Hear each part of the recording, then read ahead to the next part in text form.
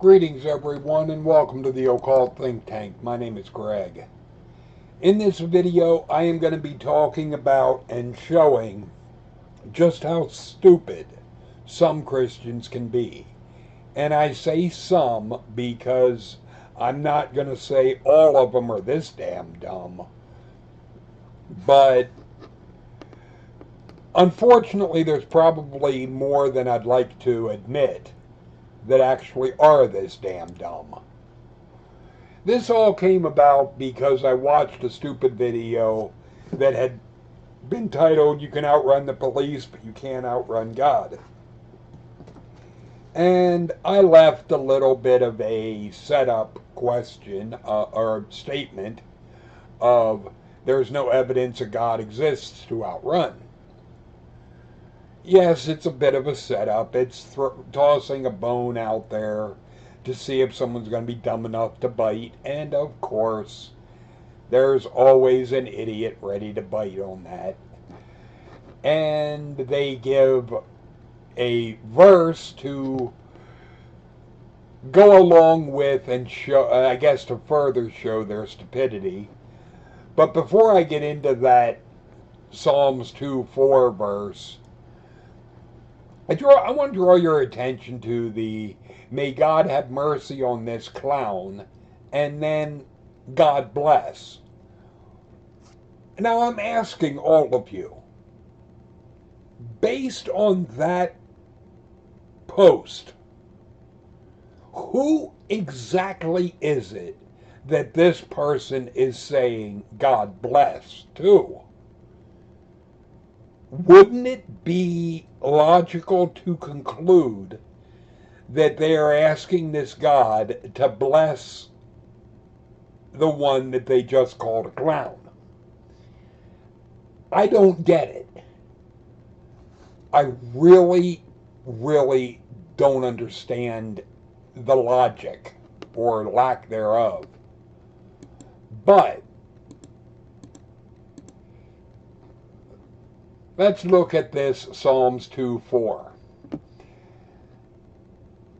"He that sitteth in the heavens shall laugh, the Lord shall have them in derision." They probably thought this is a good verse. Well, I go a little bit deeper than they would, and I look up what's the word heavens mean, and just to break it down so everybody can see, we're talking the sky. Okay? So this Lord that it sits in the heavens shall laugh. Really, in the heavens. He's going to be laughing. Where? I can look up at the sky. I don't see any Lord up there laughing. But then there is another word I want to draw your attention to, and that is this one. Derision. To deride. And to laugh or mock. Now, the thing that gets my ears to perk with that derision means to mock, that this Lord is going to mock people. Well, if you're going to dish it out, you better be willing to take it. Because the reason I say that is there is the Galatians 6:7 that states,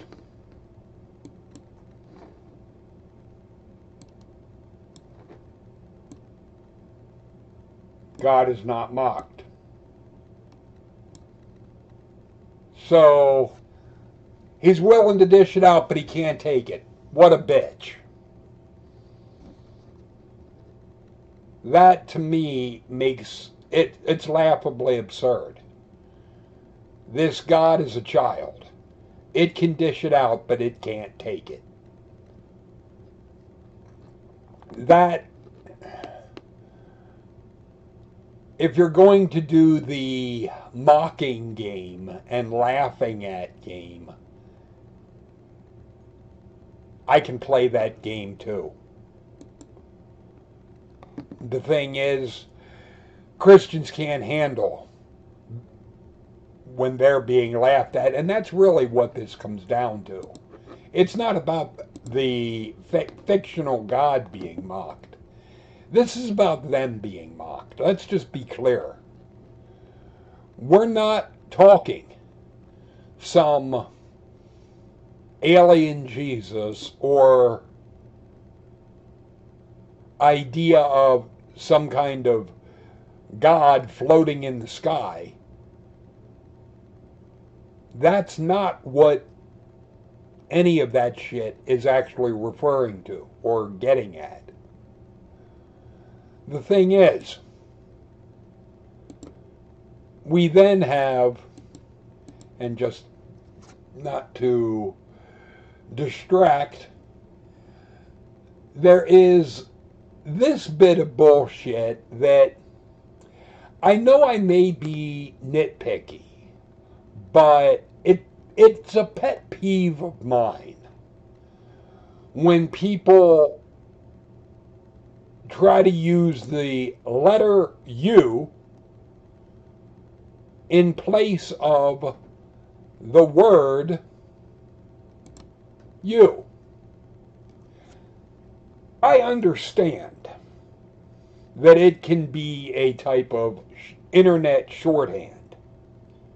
The thing is, if you're going to try and act like an authority on this God subject, and you're going to try and talk to somebody that doesn't buy into the shit that you do, wouldn't you think that you would be a bit more intelligent and not so goddamn lazy as to use the vowel U in place of the word you? Y-O-U. What exactly are you saving? 2 fucking keystrokes? Are you that goddamn lazy? If you're that goddamn lazy, why even bother typing at all? Just don't. But what really galls me with somebody like this is what's in that. They have now just wait for the proof you've been seeking. For when God reveal himself to you so you can believe, then the next thing they say, but it's already too late. Then what the fuck am I waiting for? They start the sentence with, now just wait for the proof you've been seeking, then say, but it's already too late. Then what the fuck am I waiting for? This is really, to my brain, it's like trusting the robber to not kill you when you give him the money that he's trying to steal from you. If you're like the aspect of being at a store and they point a gun at you and give me the money or I'll shoot you.